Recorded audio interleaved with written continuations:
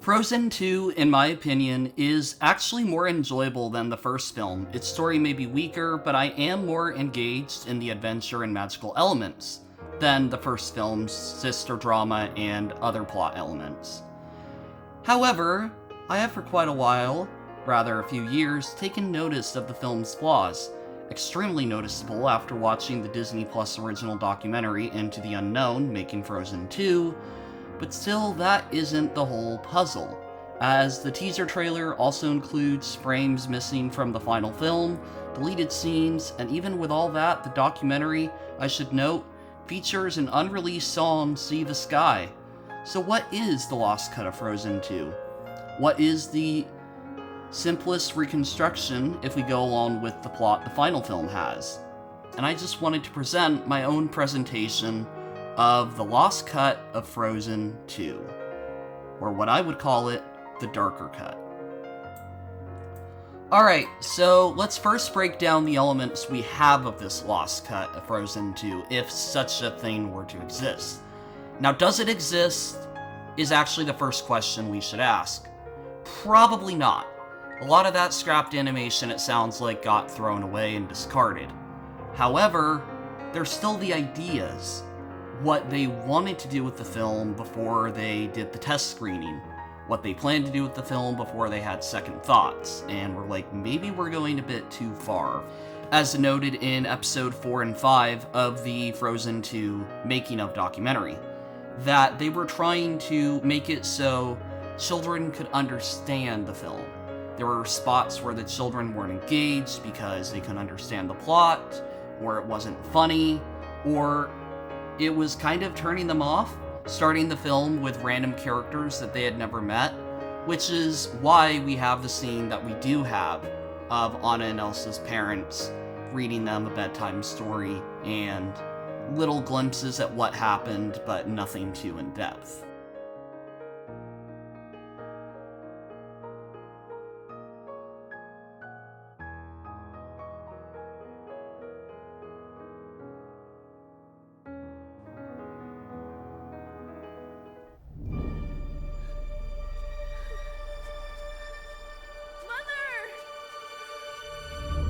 Alright, so the first deleted scene that I want to go over is called Alternate Prologue, and this was meant to be an alternate prologue to the film Frozen 2. This was meant to be a different take, a more action-packed, more in-depth look at the Nithaldrins and at the Arendelians and their battle over, well, resources and just whatever battle had been breaking out. And I'm going to be honest that I think this is a more engaging opening. I like that this is more unique. This would have set a darker tone for the film that I think would have been really cool if they had gone fully ahead with it. But the reason it was removed was because it was confusing the children in the test screening. They found it to be very confusing. Why are there all these random characters that we don't know suddenly fighting? I came here to watch a Frozen movie. And that makes a lot of sense. That makes absolutely a lot of sense for a child to, if they're going to see this movie, see the characters they went to see the movie for. But as someone who understands what they were trying to do and doesn't have that, what would you call it, quick confusion with it, I'd like to see this, but I do think it is a really good reason why they didn't keep it, but I kind of wish that they had anyways.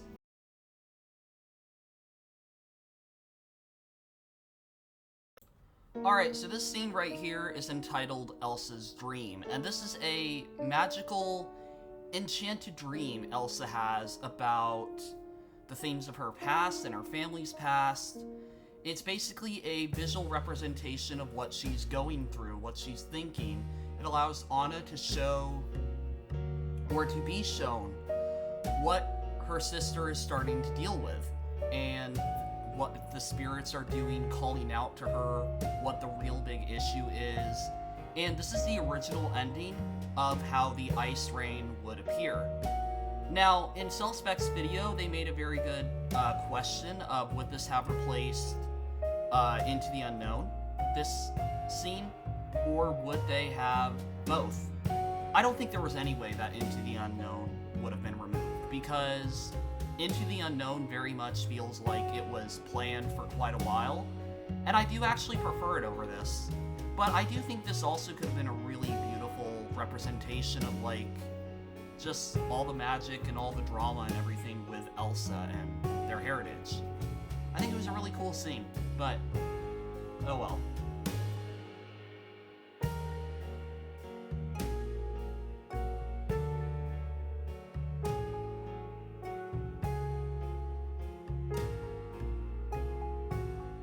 Alright, so this deleted scene right here is Kristoff and the Water Knock, and basically here's what it was.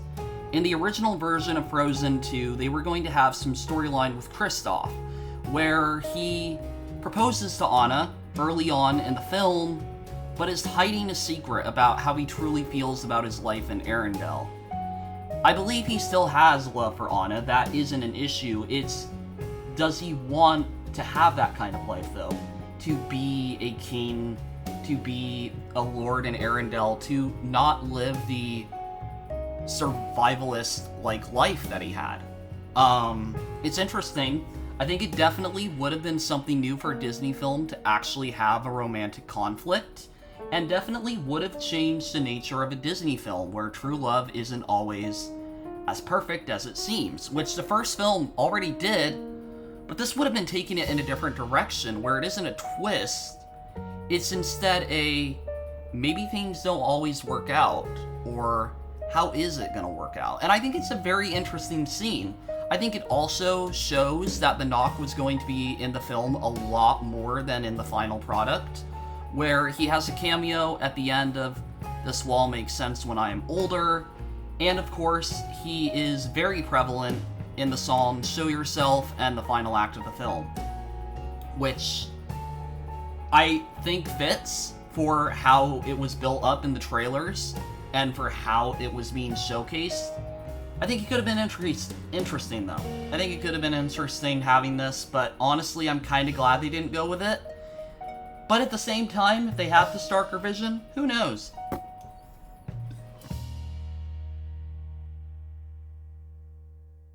Alright, so this scene right here is another in what you could call the Truth Saga scenes. Now, this was something pointed out to me in CellSpec's video, but the original version of Frozen 2 did definitely have an idea around truth, about finding out what the truth is, what the message is, everything like that. I mean, even the Frozen 2 soundtrack has the song "I Seek the Truth," which is cut from the final film. And basically the whole message of Frozen 2 before the major cuts wasn't just about Elsa finding who she was, it was about truth, her true legacy, what truly gave her these magic powers, what were the legacies of her family. And I think it would have been a much more gripping story, it would have been much more memorable if they had gone in this direction. I still think Frozen 2 is great for what it is, or at least enjoyable, but I do think that I would have loved to have seen this version. And like I said, this scene is basically them going and looking for answers. They go into books that maybe they shouldn't be getting into about darker magic, but it does show that there were all these secrets. And really, when you have all these secrets, they're going to come out in some way. And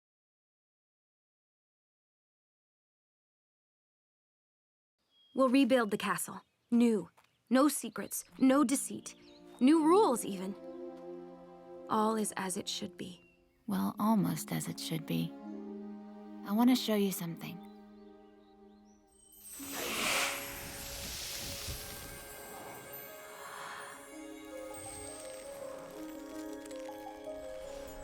Darling, I've been thinking. It might be time to tell Anna about Elsa. I can't bear keeping her shut out anymore. She's maturing now. She can be responsible. It's not Anna I'm worried about. What if we let them get close again and the feelings are too much for Elsa? Joy brings her powers out as strongly as fear. But if anyone can find a way to help her, it's Anna. You may be right about that. There's not much that girl can't do. Alright, and this is the very last of the deleted scenes that aren't songs. And honestly, this is a really good note that the film could have ended on. Because the ending we have, there were really no consequences for what happened. Everything's too perfect. Everything's too clean. There should have been something that happened. There should have been something that the characters learned. Besides Elsa figuring out who she is, there should have been something more for the characters to wrestle or realize themselves as. Especially if the theme of Frozen 2 is maturity. And honestly, I really like this ending. I wish they had flooded Arendelle, made it be an ending that people would remember, and I wish that they had the scene between Anna and Elsa, because it shows the love that her parents had for Anna, and it explains why they made the decisions that they did for Anna, and yeah, I just think it's a really sweet scene, and I think it would have been a beautiful note to end the film on.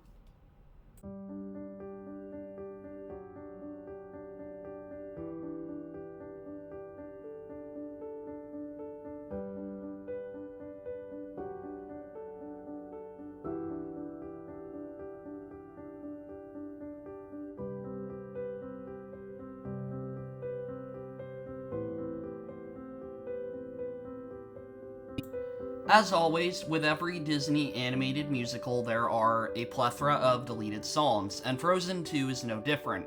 There are in total, that I've counted, 5 deleted songs. There is the song for Anna, setting up why she should be queen and how much she loves her people, Home. There is the song basically about how Anna and Elsa both seek to know the truth about their family and their heritage, called I Seek the Truth. There is the power ballad of Anna and Kristoff singing I Want to Get This Right, and it's basically about Kristoff wanting to propose to Anna but not having the right words and how much they love each other.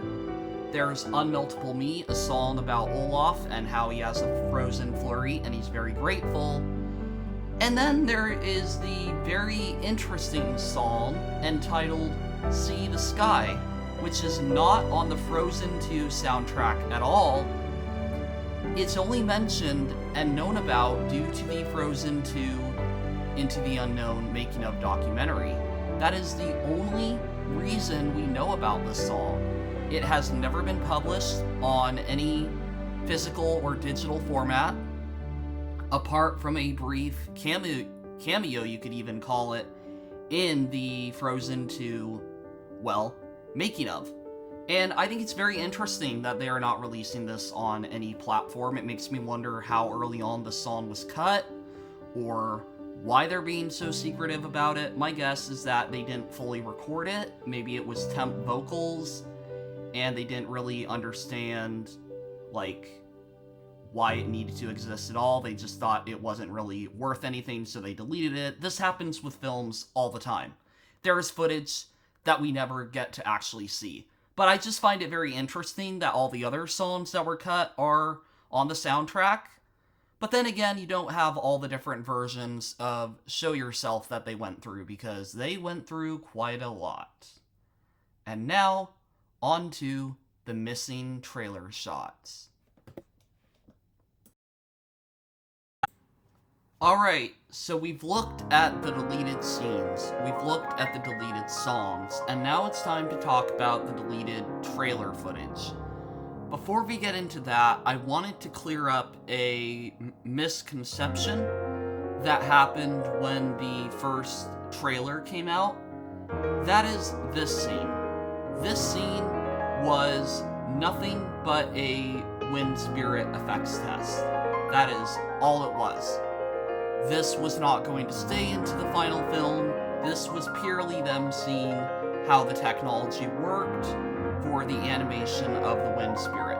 With that out of the way, let's take a look at the very few missing trailer shots and see if they connect to anything else or what they might have led to.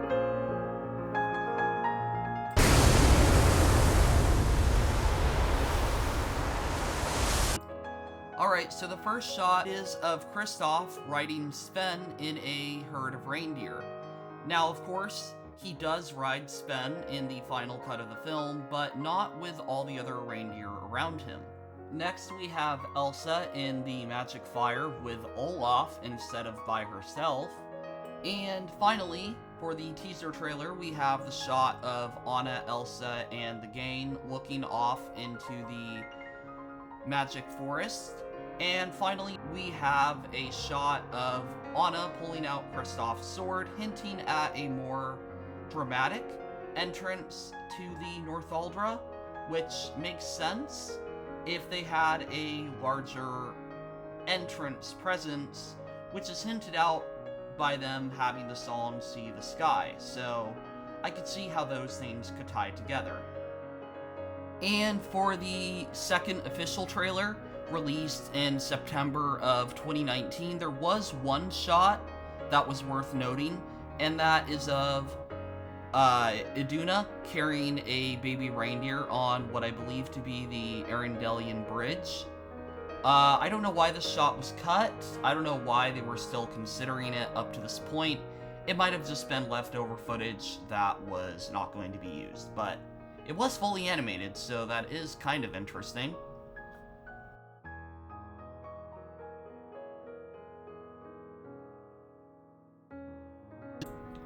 So after looking at all this cut footage, after seeing the deleted scenes, after watching some other reviews, and after just kind of thinking about what could have been, what is my conclusion for what would have been Frozen 2?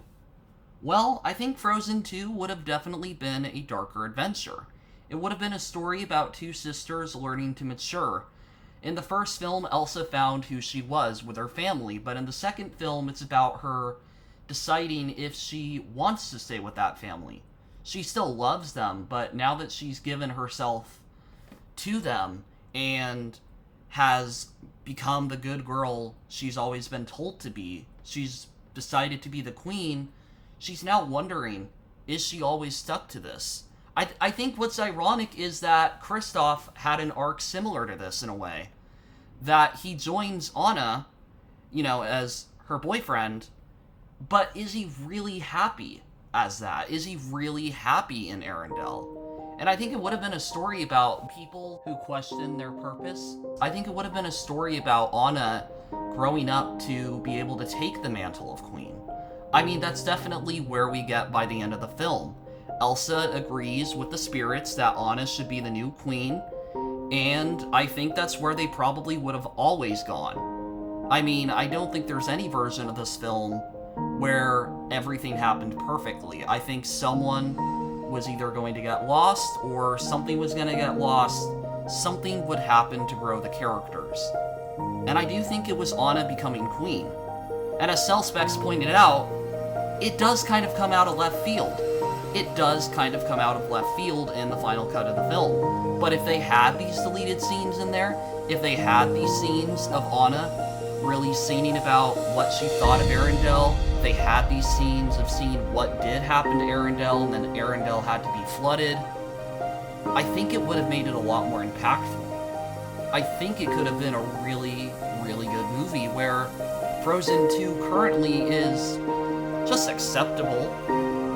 I may love the film, I may think the visuals are beautiful and the music's great, but on a writing perspective, on a adventure perspective, it's subpar.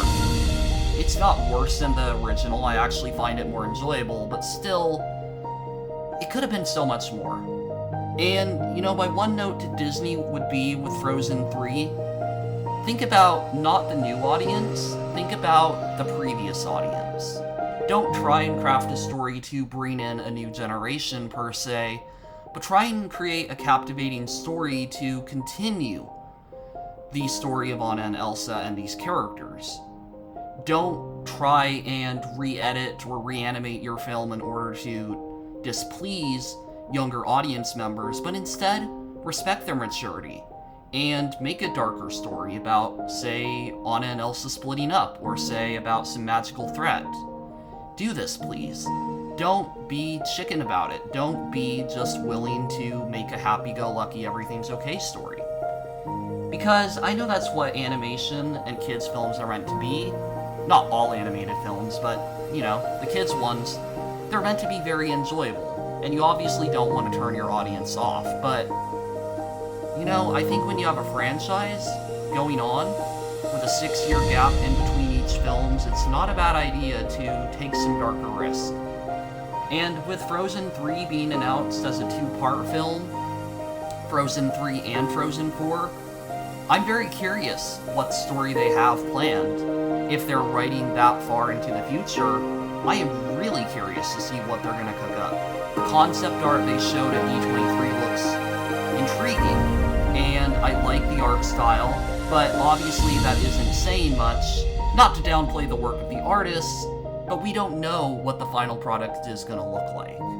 And so I'm very curious to see what will come of it. But that's been our trip into the unknown. Thank you for watching. Goodbye for now.